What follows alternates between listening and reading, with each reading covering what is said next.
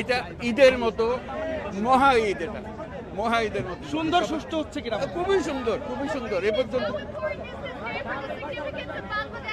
Fantastic. We have a big future coming up. We are just creating new Bangladesh. Rahman का प्रधानमंत्री बनना तय है। दूसरे नंबर पर है जमात इस्लामी पार्टी। शेख हसीना ने सवाल उठा दिए। तो शेख हसीना ने कहा कि चुनाव फर्जी है, असंवैधानिक है। तो शेख हसीना का बयान भी सामने आया है। आपको बता दें कल ही बांग्लादेश में चुनाव हुए, जिसके बाद काउंटिंग शुरू हुई और तारिक रहमान का प्रधानमंत्री बनना तय है। में अगर जमात इस्लामी कामयाब होती है तो पाकिस्तान, तुर्की और चीन के साथ अच्छे ताल्लुकात उस्तवार हो सकते हैं, जबकि बीएनपी की कामयाबी मुतवाज़न खारिजा पॉलिसी की राह हमवार कर सकती है। ये इंतखाबात दरअसल इस सवाल का जवाब तलाश कर रहे हैं कि क्या बांग्लादेश एक खुद मुख्तार खारिजा हिकमत अमली की तरफ जाएगा, और सबसे बढ़कर क्या बांग्लादेश से होकर गुजरता है। इसके अलावा बॉर्डर के ऊपर अगर कोई मामलात ऐसे खुदा न खास्ता गड़बड़ होते हैं तो लाजमी सी बात है कि मेरा नहीं ख्याल कि बेशक बांग्लादेश इंडिया के मुकाबले में छोटा कंट्री है, लेकिन मेरा नहीं ख्याल कि वो कभी ये चाहेंगे कि इस किस्म की बदमज़गी कभी पैदा हो या कोई जंगी सूरत हाल पैदा हो। मेरा नहीं ख्याल कि ऐसा कुछ हो। बांग्लादेश के रियासती ढांचे में भी तब्दीली आएगी क्या? इसके साथ साथ ये इंतखाब जनूबी एशिया में भारत की बालादस्ती के तस्वुर को चैलेंज करने का आगाज बन सकते हैं। जी आप दुरुस्त कह रही हैं। देखिए 2024 का जो बांग्लादेश में इनकलाब था वो बहुत बड़ी तब्दीलियां लाने जा रहा है, क्योंकि जब भी इस तरह का इनकलाब आता है तो वो पूरी बिसात को उलट देता है और फिर नए सिरे से बिसात बिछती है। अब हसीना वाजिद साहिबा 2008 के बाद से उन्होंने कोई फ्री एंड फेयर इलेक्शन नहीं होने दिया। तो सबसे पहला टेस्ट तो ये था कि इस इनकलाब के बाद ये जो दरमियान में वक्त गुजरा 1.5 साल का, क्या उसके बाद जमहूरियत बहाल हो पाएगी या नहीं हो पाएगी, सब ये सवाल कर रहे थे। तो ये पहली खुशाइन बात ये है कि बांग्लादेश वापस जमहूरियत की तरफ जा रहा है, यानी डेमोक्रेसी के टेस्ट से गुजर रहा है। वहाँ डिक्टेटरशिप मजबूत नहीं हुई, वहाँ ऐसा नहीं हुआ कि इंटरिम गवर्नमेंट एक डिक्टेटरशिप की शक्ल अख्तियार कर ले। अब अगली बात यह है कि जो तब्दीलियाँ हैं अंदरूनी तब्दीलियाँ भी होंगी। हम देख रहे हैं कि वहाँ डायनेस्टीज़ और नई फोर्सेस के दरमियान में मुकाबला है। एक तरफ पुराने ख़ानदान हैं, पुराने सियासतदान हैं, दूसरी तरफ नई फोर्सेस जो हैं वो इमर्ज कर रहे हैं, और ये फ़ैसला करना है यूथ ने। और ये ज़हन में रखिए कि यूथ ने 2008 के बाद से कोई फ्री एंड फेयर इलेक्शन में हिस्सा नहीं लिया। तो ये सिर्फ वो लोग नहीं हैं जो सिर्फ जेनजी के हैं, बल्कि मिलेनियल्स को भी आप गिन लें कि उन्हें वोट डालने का मौका नहीं मिला। वो पहली दफ़ा वोट डाल रहे होंगे, फ्री एंड फेयर वोट पहली दफ़ा डाल रहे होंगे। तो जब जेनजी और मिलेनियम दोनों पहली दफ़ा वोट डाल रहे हैं तो हमें पता ही नहीं कि वो क्या करेंगे। तो नए ट्रेंड्स उसमें इमर्ज करेंगे, और अंदरूनी तौर पर हमें 2 लड़ाइयाँ नज़र आ रही हैं, आइडियालॉजी की भी, आइडेंटिटी की भी।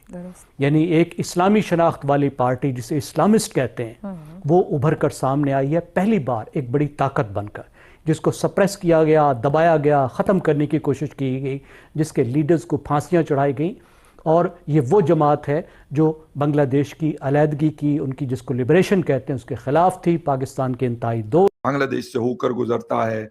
इसके अलावा बॉर्डर के ऊपर अगर कोई मामलात ऐसे खुदा न खास्ता गड़बड़ होते हैं तो लाजमी सी बात है कि मेरा नहीं ख्याल कि बेशक बांग्लादेश इंडिया के मुकाबले में छोटा कंट्री है, लेकिन मेरा नहीं ख्याल कि वो कभी ये चाहेंगे कि इस किस्म की बदमज़गी कभी पैदा हो या कोई जंगी सूरत हाल पैदा हो। मेरा नहीं ख्याल कि ऐसा कुछ हो। तो इस वजह से अब से तकरीबन 2 माह पहले इंटरनेशनल मीडिया में बहुत सारे आर्टिकल्स पब्लिश हुए, और उसके अंदर ये जिक्र था कि शायद जिस वक्त शेख हसीना साहिबा प्राइम मिनिस्टर की सीट पे थी या प्राइम मिनिस्टर ऑफिस में थी, उस वक्त इंडिया ने बाकी पॉलिटिकल पार्टीज के ऊपर बिल्कुल फोकस नहीं किया।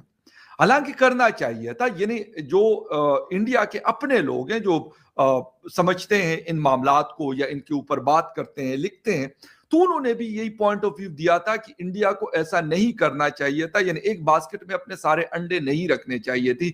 बाकी जो पॉलिटिकल पार्टीज हैं, मतलब जो खालिदा जिया साहिबा की पार्टी है उनके साथ, या फिर बाकी अगर छोटी पार्टीज हैं तो उनके साथ भी अपने मामलात को दुरुस्त रखना चाहिए था। इसलिए कि जरूरी नहीं, कहते हैं ना, वक्त सदा एक जैसा नहीं रहता, और यह हकीकत है कि एक जैसा नहीं रहता। किसी को नहीं पता था कि 2 साल या अगर 2.5 साल पहले की बात हम करें कि शेख हसीना एक बड़ी पावरफुल प्राइम मिनिस्टर रही हैं बांग्लादेश की, उनका बड़ा होल्ड रहा है। और जब अगस्त में जुलाई से मामला खराब होना शुरू हुए तो उस वक्त भी उनका होल्ड, उनकी ग्रिप जो है वो बड़ी स्ट्रांग रही है। ये अलग बात है कि फिर बाद में जो वहां की सिक्योरिटी एजेंसीज थी या जो लोग थे उन्होंने या फिर वहां के चीफ ने उनको कहा कि मैडम अब मजीद नहीं हो सकता, काफी ज्यादा लोगों की जानें गई हैं, अब मजीद ये चीज नहीं चल सकती, क्योंकि 1500-1600 लोग ढाका में, चिटागोंग में और बाकी शहरों में। फॉरेन पॉलिसी जो आपकी बात है, जो अहम बात है कि जो जियो पोलिटिकल पिवट है, बांग्लादेश ने हमेशा 2008 से पहले खास तौर पे बीएनपी ने एक बैलेंस रखने की कोशिश की। पाकिस्तान की तरफ ज्यादा फ्रेंडली थे। जो उस दरमियान में डिक्टेटरशिप्स आई उन्होंने भी बैलेंस रखने की कोशिश की, पाकिस्तान से दोस्ती रखने की कोशिश की। दोस्तों, बांग्लादेश में हाल ही में संपन्न हुए आम चुनावों ने दक्षिण एशिया की राजनीति में एक नई हलचल पैदा कर दी है।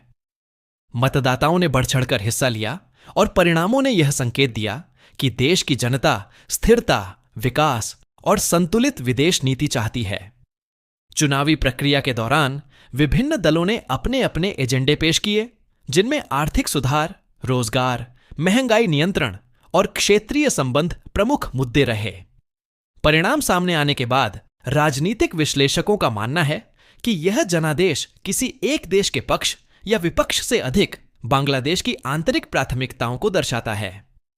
कुछ दलों को उम्मीद से कम सीटें मिलीं, जबकि अन्य को अपेक्षा से बेहतर समर्थन प्राप्त हुआ।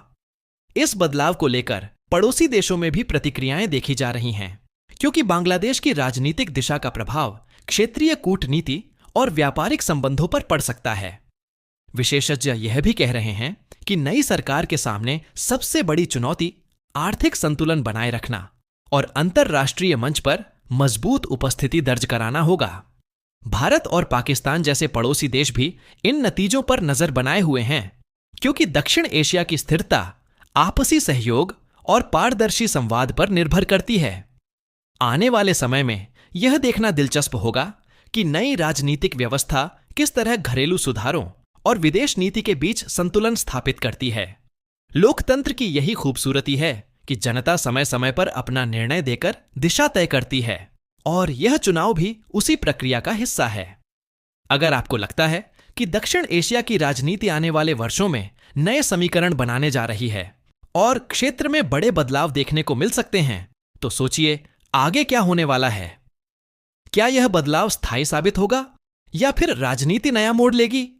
अपनी राय कमेंट में जरूर बताइए, और ऐसे ही निष्पक्ष व तथ्यात्मक विश्लेषण के लिए चैनल को लाइक, शेयर और सब्सक्राइब करना न भूलें।